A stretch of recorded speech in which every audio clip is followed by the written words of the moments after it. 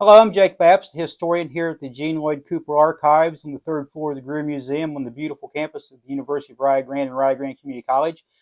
And we're going to talk about the recent past today. Some of you think this may be old times, but I knew many of the people involved in this situation. This was just before I got here in 1971. We're going to talk about the Great Demonstration of 1969. To put it in context, Rio Grande had changed somewhat. During the late 1960s, from about 1964 on, there was a major change in this country and in society.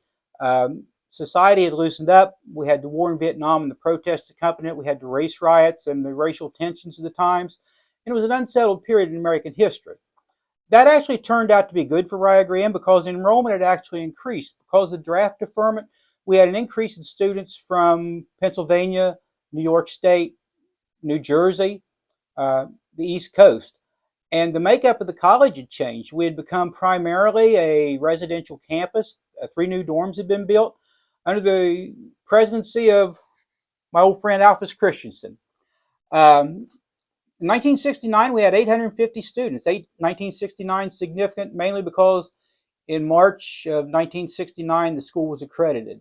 But this great demonstration had occurred. Here's the headline of the Signal student newspaper. One student arrested, 40 suspended for participating. Um, there had been a professor fired here who was very popular with the students, and another one was about to be fired because of their political views. And so the students were activated. Um, on March 12th, I'm sorry, there was a gathering to talk about the professor's contract. And the students first talked to a guest speaker, Ron Berger, who had been dismissed because of his political views as an instructor, spoke on administrative tyranny. And then on March 17th, Abbie Hoffman, the famed Abbie Hoffman of Yippie Days, the Chicago riots of the 1968 convention, uh, nationally known writer, spoke at Rio Grande on administrative tyranny. As a side note, in his book where he talks about Rio Grande, he says that Rio Grande was the most apathetic 10 acres of ground on the face of the earth. That was sort of Abbie Hoffman's take on us. Um, anyway, on Tuesday, March 18th, there was an administrative council meeting in the library. Students gathered on the steps. The meeting was about dismissing the instructor. The students met on the library steps and did not enter the building, stayed outside, let people come and go. A representative of the administrative council came down, told them they were breaking school law and gathering to demonstrate like that, trying to intimidate the administrative council. Um, Berger was arrested because on a charge of trespassing.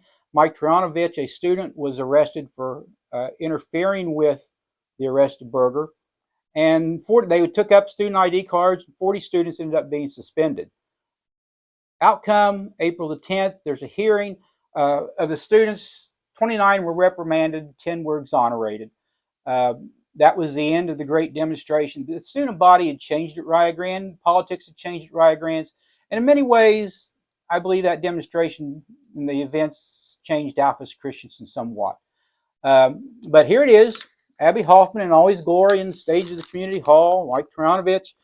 This old paper and most of the old papers are available in the archives.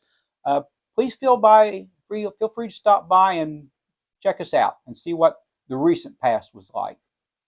Go Rio.